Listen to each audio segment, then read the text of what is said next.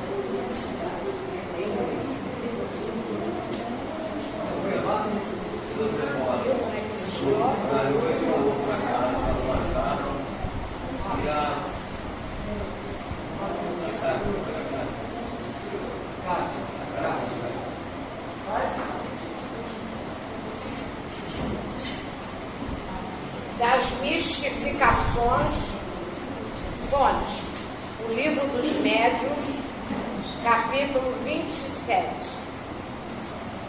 303. Se o ser enganado é desagradável, ainda mais o é ser mistificado.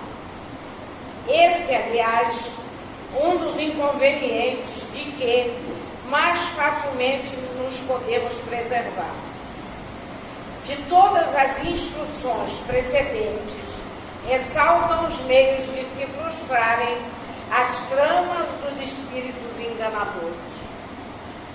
Por essa razão, pouca coisa diremos a tal respeito. Sobre o assunto, foram estas as respostas que nos deram os espíritos. Primeiro, As mistificações constituem um dos escolhos mais desagradáveis do espiritismo prático. Haverá meio de nos preservarmos deles? Parece-me que podeis achar a resposta em tudo quanto vos tem sido ensinado. Certamente que há para isso um meio simples, o de não pedirdes ao espiritismo, senão o que ele vos possa dar. Seu fim é o melhoramento moral da humanidade. Se vos não afastardes desse objetivo, jamais sereis enganados, porquanto não há duas maneiras de se compreender a verdadeira moral, a que todo homem de bom senso pode admitir. Os espíritos nos vêm instruir e guiar no caminho do bem, e não nos das honras e das riquezas, nem vêm para atender às vossas paixões mesquinhas. Se nunca lhes pedissem nada de fútil, ou que esteja fora de suas atribuições, nenhum ascendente encontrariam jamais os enganadores. Donde deveis concluir que aquele que é mistificado só o é porque o merece. O papel dos espíritos não consiste em vos informar sobre as coisas desse mundo, mas em vos guiar com segurança no que vos possa ser útil para o outro mundo. Quando vos falam o que a esse concerne, é que o julgam necessário, porém não porque o feçais. Se vedes nos espíritos os substitutos dos adivinhos e dos feiticeiros, então é certo que sereis enganados. Se os homens não tivessem mais do que se dirigir aos espíritos para tudo saberem, estariam privados do livre-arbítrio e fora do caminho traçado por Deus à humanidade. O homem deve agir por si mesmo. Deus não manda os espíritos para que lhe achanem a estrada material da vida, mas para que lhe preparem a do futuro. Porém, há pessoas que nada perguntam e que são indignamente enganadas por espíritos que vêm espontaneamente, sem serem chamados. Elas nada perguntam, mas se comprazem em ouvir o que dá no mesmo. Se acolhessem com reserva e desconfiança tudo que se afasta do objetivo essencial do espiritismo, os espíritos levianos não as tomariam tão facilmente para joguete. Segunda, porque permite Deus que pessoas sinceras e que aceitam o espiritismo de boa fé sejam mistificadas. Não poderia isto ter o inconveniente de lhes abalar a crença? Se isso lhes abalasse a crença, é que não tinham muito sólida a fé. Os que renunciassem ao espiritismo por um simples desapontamento provariam não haverem compreendido e não lhe terem atentado na parte séria. Deus permite as mistificações para experimentar a perseverança dos verdadeiros adeptos e punir os que do espiritismo fazem objeto de divertimento.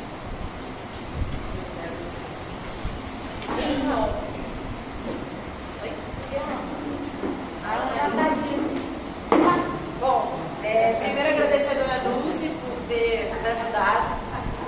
Nós fizemos o estudo do livro, aconteceu na Casa Espírita, durante alguns meses, né? E tudo que a dona Dulce falou, qual o principal objetivo do Espiritismo? Nós estamos aqui todo dia falando da questão da caridade, é reforma íntima. Então, quando a gente se perde do que realmente importa, a gente acaba sintonizando a frequência de espíritos que não querem nosso bem, porque eles estão perdidos, né? Então a gente tem que tomar muito cuidado com isso.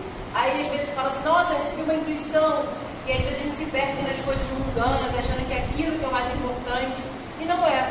É a gente trabalhar para a gente melhorar, para a gente tocar o nosso próprio coração e o coração das pessoas, mas a gente ter humildade acima de tudo. Então isso tudo é muito importante, né? E que a gente possa vivenciar o espiritismo. É fácil? Não é fácil vivenciar o espiritismo. Nunca foi e nunca será. Talvez nesse momento que nós estamos passando, transição planetária, seja mais complicado ainda, porque tem todo tempo nós somos tentados a nos desviarmos, a fazer coisas erradas, mas a gente tem que parar com a nossa consciência, fazer nossas orações, nós orar e vigiar e realmente falar assim, peraí, eu estou seguindo esse caminho de Jesus ou eu estou contra? É basicamente isso que tudo, resumindo tudo que foi falado, né? Tem uma... senão eu começo a empolgar. E é uma coisa importante, assim, que Marcal nunca fez bom marinheiro. E é verdade. Se a gente está num momento muito tranquilo da vida, é muito fácil. Eu tenho fé, eu acredito em Deus, mas nas nossas dificuldades, nos momentos mais apertados que a gente vive na vida, de dor, de dificuldades de qualquer ordem, é que ali que a gente vê se a gente realmente tem fé. Naquele momento que as pessoas com mais força nesse sentido estão te batendo, você fala, não sabe nem de onde está vindo, puxando o seu tapete, você fala assim, peraí, mas eu tenho fé em Deus não vai abandonar. Mas as pessoas, teus amigos, já aconteceu isso comigo, tipo, revida. Eu falo, não vou revidar, porque eu sei que eu tenho minha consciência tranquila, isso que importa, né? Independente se você é médico, se não é médico, é uma coisa interessante, até que durante esse estudo, eu tinha uma visão, até uns 7, 8 anos, que os médios eram as pessoas assim, nossa, né?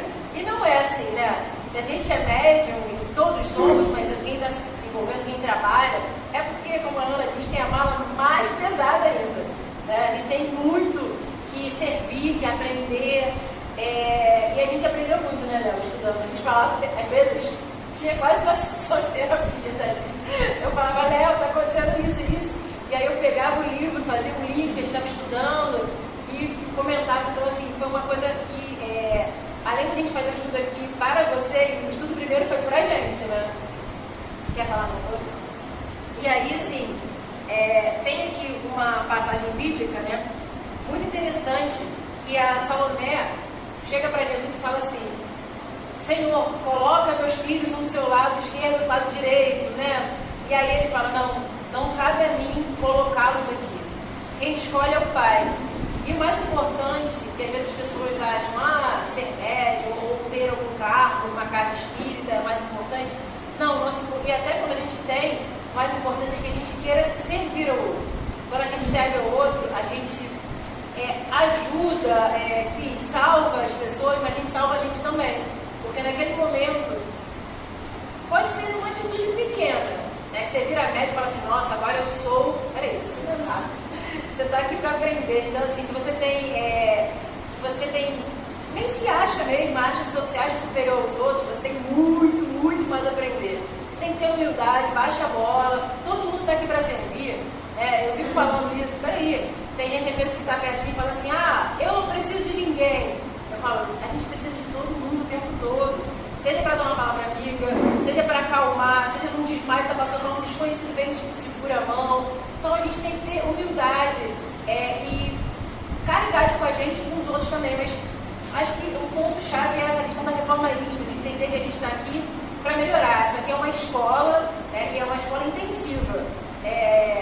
Nós vamos aprender do lado de lá, sim, mas é aqui que a gente está ali o tempo todo vivenciando a nossa fé e tentando melhorar. Então essa é a intenção.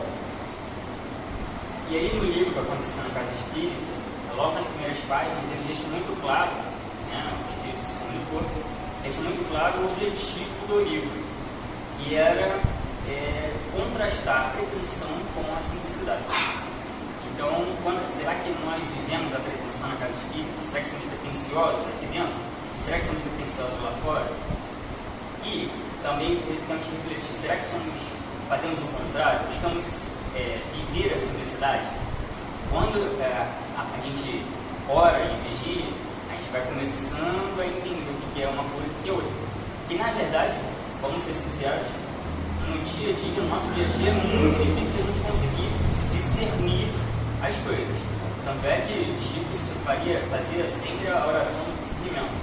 Ajuda-me a discernir aquilo que eu posso mudar, aquilo que eu não posso mudar. Nós, então, precisamos orar dessa forma todos os dias. Então o livro deixa muito claro que é a simplicidade que mais importa. Não adianta a gente ter uma casa maravilhosa, cheia de quadros, o melhor chão do mundo, ar-condicionado, muito luxo, muito conforto, se na realidade a gente não vive esse evangelho de coração, como ela própria falou, com o nosso próprio coração. A gente está buscando viver o evangelho e lembrar que Jesus, sendo grande, se fez pequeno. Tem a passagem. Primeiro, ele encarnou já como redentor dentre os animais. Segundo, quando ele ia ser exaltado para entrar na cidade, ao invés de entrar com pompas, cavalos, etc., ele entrou num simples burrinho. Então, a todo momento, Jesus, podendo ser grande e se fazer pequeno. Ele simplificava a simplicidade. E é o que essa história vai exemplificar. Aconteceu na casa espírita. Júlio César, ele é um líder nato. Ele está assim, à frente de uma falange, de uma cidade umbralina. Então, como todo líder nato, ele é bom de papo. Então, ele usa a comunicação, o poder da comunicação, para envolver as pessoas dessa cidade no umbral e falando que a casa espírita que eles vão atacar é tortura. Enfim, ele faz todo um jogo e envolve essas pessoas numa teia do mal, né? E aí, enfim, as pessoas vão sendo envolvidas, ele vai articulando todo o plano dele de destruir essa casa espírita e ele consegue um grande exército.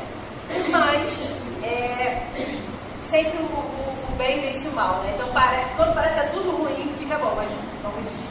Isso. E aí, quando eles decidem, então, atacar essa casa espírita, toda casa espírita, todos os templos religiosos, independentemente da religião for, tem um mentor espiritual, tem um guia espiritual. Então, os mentores espirituais daquele santo espírito chamaram dirigentes, que estavam encarnados, dirigentes encarnados, mas durante o sono a gente tem uma situação. Então, eles em espírito se comunicaram com esse mentor da casa. O mentor da casa falou assim: olha, vocês vão sofrer um ataque, o César vai vir e tal. Quando eles acordaram, quando os dirigentes acordaram com uma imagem de uma casa com rachaduras. E aí, um falou isso para o outro: está com rachaduras, eu sonhei que a nossa casa estava com rachaduras. Um ficou preocupado mais com a parte. Então, vamos fazer o seguinte: vamos dividir as tarefas. Eu fico com a parte material, vou ver se a estrutura está boa, se os panos estão ok, se haverá infiltrações de fato em material, e você vai cuidar da parte moral. Vamos chamar as pessoas para a vivência do Evangelho, para que a gente dê menos brecha aos espíritos inferiores. Quem foi a primeira a ser atacada foi Márcia, do atendimento fraterno. Ela tinha um marido difícil, e aí ele falou: nós estamos em situação financeira complicada, não quero que você fique gastando dinheiro que você não tem, que a gente não tem lá, gastando dinheiro em que sentido? Ajudando na manutenção da casa, nas obras, não quero. Começou a implicar e dizer que aquela casa espírita era uma casa de diabo. E aí começou a atacar ela, a perturbar a vida dela mesmo. E, em paralelo a isso, começou a plantar sementinha nas pessoas que não vivenciavam de verdade, os médios da casa que não vivenciavam o Evangelho na sua essência. E aí começou a disputa de cargo: eu quero ser isso, eu quero ser aquilo, ego. Aí começou já a causar um ambiente de desarmonia na casa, de disputa, ou seja, fazendo tudo ao contrário do que deve ser uma casa espírita, uma casa de acolhimento, que as pessoas se sintam abraçadas, fazendo com que as rachaduras efetivamente morarem e acontecessem. A Maria do Passe, ela vai ser a segunda a ser atacada, porque todos nós, como a Ana sempre fala, trazemos uma grande mochila, ou seja, grande dívida do passado. Todos nós deslizamos, vamos ser verdadeiros. Então, nós temos os desafetos, os desencarnados, eles vêm nos cobrar aquilo que a gente falhou no passado. Então, todos nós aqui temos obsessões. A Derivalda, inclusive, tinha lá o máscara e tal, máscara de ferro. Então a Maria do Passo vai ser a segunda Santa Casa. O que o Júlio César vai fazer? Vai chegar e vai falar para os obsessores assim: olha, sai fora dessa obsessão aí. E em troca eu faço um favor que você quiser.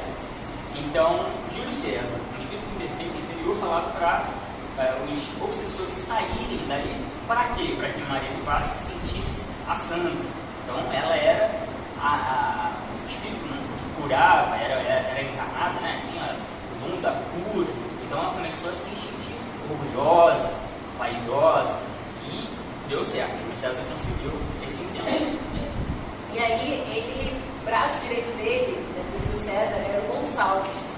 E aí, numa dessas investidas na casa, o Gonçalves foi envolvido.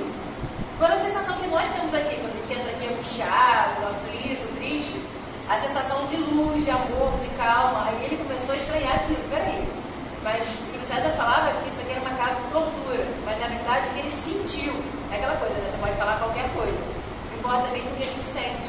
E o que tocou o coração dele foi essa vibração de luz, de amor, de paz, de tranquilidade. Aí ele ficou, peraí, tem alguma coisa estranha. Ele foi levado para uma sessão de obsessão. Então ele sentiu todo esse amor mesmo, né? Essa compaixão.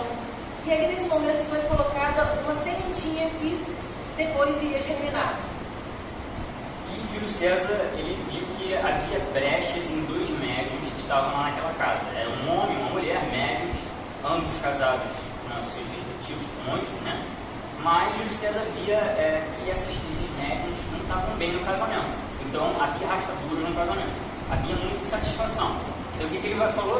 Então ele chamou um espírito feminino e falou: olha, vamos estimular o adultério entre esses dois médios para causar fofoca na casa, causar um escândalo e fazer com que eles deslizem nessa área sexual.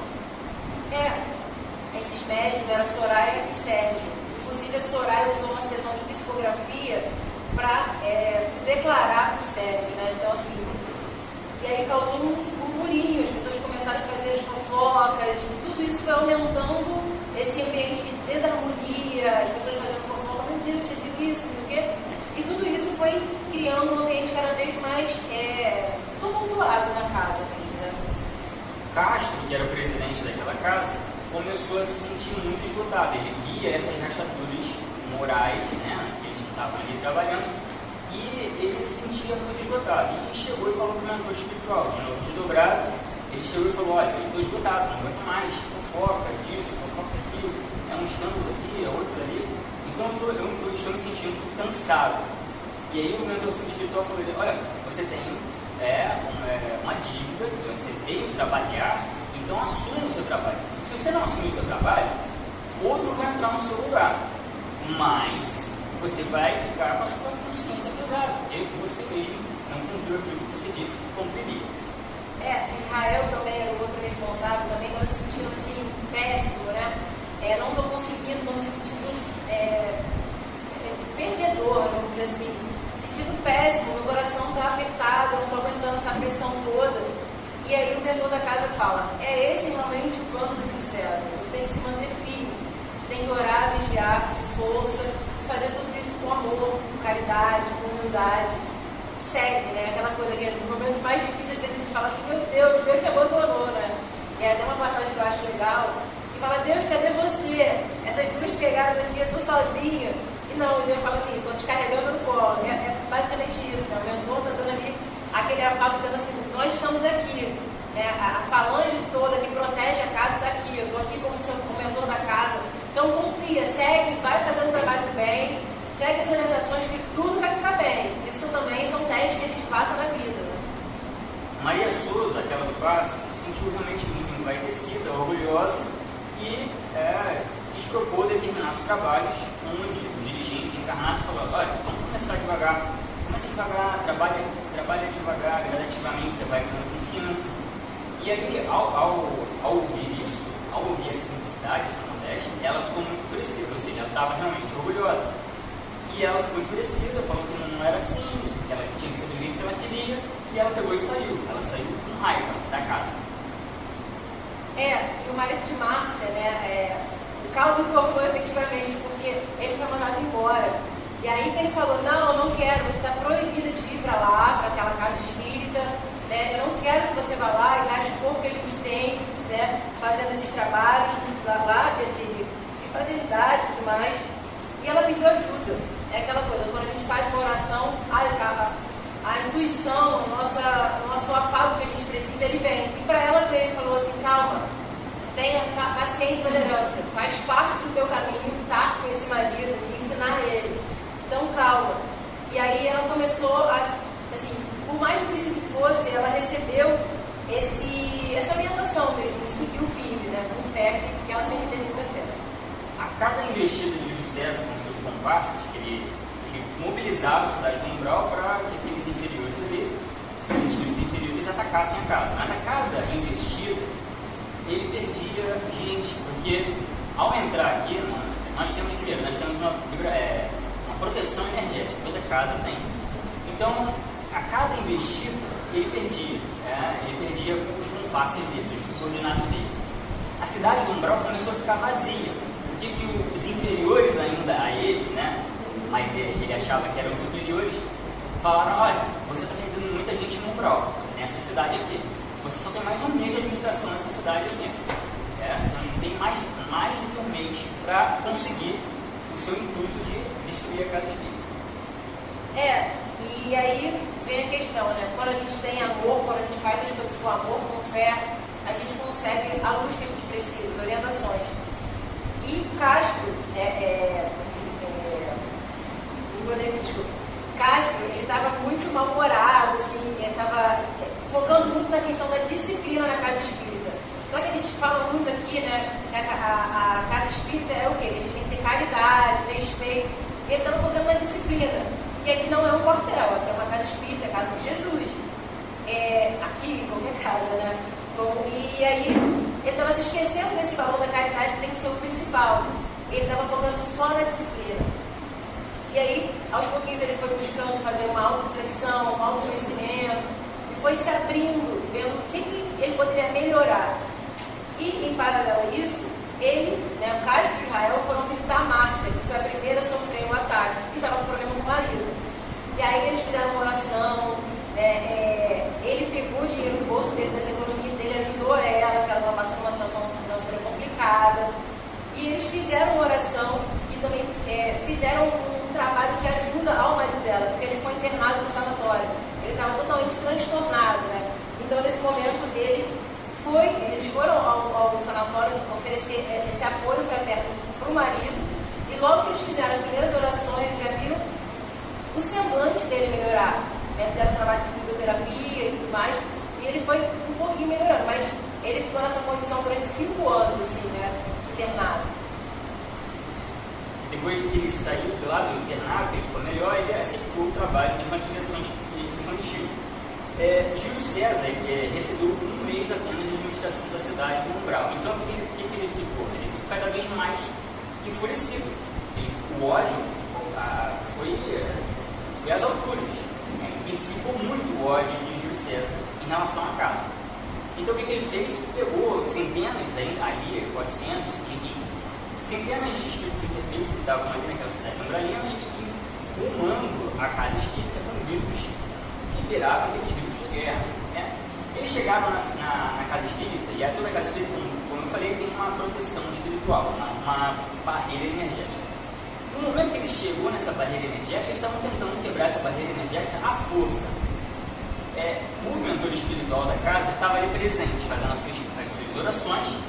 E no momento que Júlio César começa a fazer cada vez mais força para quebrar essa barreira energética, entidades mais sublimes chegam até a casa espírita para reforçar. E quando essa entidade chega, né, na casa, ele fala assim, pode abrir os portões, como se fosse assim, abaixa a barreira energética para que todos entrem. Todos entraram e o poder magnético dessas entidades sublimes foi convertendo todos, um a um. Então eles foram se rendendo, eles foram se arrependendo daquele ataque. Então, Júlio César, o que aconteceu? Não restou mais nada para ele e fugiu de volta para a cidade de Umbral, cada vez mais triste e deprimido. Nesse momento, o mentor espiritual da casa ele faz um balanço de tudo que o Júlio César fez. Né? Como a gente foi falando aqui, tiveram várias etapas do plano dele. Então ele faz um balanço ver tudo que foi feito. Né? E aí ele fala, vários trabalhadores dessa casa que faltaram para o horário vigiar, que a gente fala tanto, de fazer uma fiscalização interna, não é fazer uma fiscalização para o outro não, horário vigiar não é coisa do outro não. É que a gente aponta o dedo para o outro, faltam vários para a gente, fazer um horário vigiar com a nossa vida. Então esses médicos que fizeram um horário vigiar com a vida dos outros, fazendo fofoca, esquecendo das suas próprias vidas, eles se afastaram da casa espírita. Né? Enquanto a pergunta que fica, vocês acham que todos os médicos, todos os trabalhadores da casa foram atacados? Todos não. Aqueles que vivenciavam o evangelho no seu dia a dia, fazendo o seu trabalho, as forças do mal até tentaram atacar, mas não conseguiram. Porque se a gente vivencia aquilo que a gente fala, que a gente enfim, tenta vivenciar, a gente efetivamente vivencia, não tem mal que vai conseguir invadir as nossas barreiras, né? Mas olhando para a nossa vida, então eles não conseguiram. Porque as pessoas que vivem com humildade, com simplicidade, tudo isso não consegue ser atacado, as pessoas não conseguem atacar. E aí esse mentor espiritual, o que ele faz? Ele está muito preocupado com o Júlio César, né? Ele fala assim, não, eu me comprometo na próxima reencarnação dele a estar com ele. E quando ele faz esse comprometimento interno, ele já vai direto no umbral, porque ele já sabia que o Júlio César está triste, acabado de deprimir. Então o mentor espiritual da casa desce vai até o umbral e mal sabia ele que tinha outros com ele ali, né? O mentor. Quando o mentor da casa chega para Júlio César para tentar falar, olha, Júlio César, olha só o que você fez e tal, nesse momento que ele começa a abrir a boca para falar com Júlio César, entidades sublimes ainda, ou seja, entidades superiores ao mentor, que eram o pai e a mãe de Júlio César, chegam para falar com ele. Julinho, pronto, falou Julinho, ele estava com raiva, ele desarmou, chorou, começou a chorar, se arrepender. Cadê minha mãe, meu pai? Aí pensa, Julinho, eu estou aqui, a mãe falando. Então, e aí o que acontece? O que acontece? O Júlio César, na realidade, ele na encarnação anterior, ele teve um pai, dirigente e membro na casa espírita, e ele se sentia preterido, ou seja, ele não sentia amado, ele achava que o pai, a mãe dele, amava mais a causa do que ele, que não era verdade. Ele se sentia assim, porém não era verdade. Mas quando a mãe e o pai dele chegam ali para falar com ele, Julinho, pronto, desarmou ele, vamos preparar a sua próxima encarnação, você vai reencarnar como filho desse mentor espiritual aqui, transcendental. Você vai ganhar toda a educação moral para que você possa se fortalecer e você possa se redimir com a sua própria consciência, porque esses que você juntou da cidade de Umbralina para atacar a casa espírita, você contraiu uma dívida com eles. Então você vai ser atacado por eles, você vai ter que ser forte. Então na próxima encarnação você vai ganhar a sua educação moral para que te fortaleça, mas vai depender de você. Ou seja, falando para nós, depende de nós, todos nós que estão aqui, ganhamos um pouco dessa educação moral, pelo menos estamos aqui na casa espírita. Então cabe a nós, nessa encarnação, buscar viver o Evangelho. O que é buscar viver o Evangelho? É colocar a caridade acima de qualquer religião. Por exemplo, se a gente acha ainda que preciso estar nessa religião para ser salvo, não. Fora a caridade não há salvação. Então, o que importa é a gente ser bondoso de verdade. O que importa é a crença, religião, gênero, cor. Inclusive, isso já era trazido lá por Sócrates. Sócrates não escreveu nada, mas ele falava da importância de viver as virtudes em detrimento da forma com que a gente acha que deve ser a salvação. Forma, nada vale. O que vale é o coração, é a caridade em ação. Então, e Sócrates foi morto sem escrever nada, foi morto. Jesus, sem escrever nada, também foi morto pela mesma, porque Jesus veio e trouxe toda a sua sublime luz, né, que é espírito puro, governador desse planeta, né, de outros. Então, eles viveram essa luz. Então, o que cabe a nós é saber que nós podemos errar sim, mas, assim que errarmos, reconhecer o mais rápido possível. Porque a questão 1 que é Deus, que ele é a causa primária, a inteligência suprema. Inteligência suprema significa que nenhum espírito que ele criou o iguala. Então, nesse universo infinito, e nem em todos os outros, não há um que se iguale a Deus.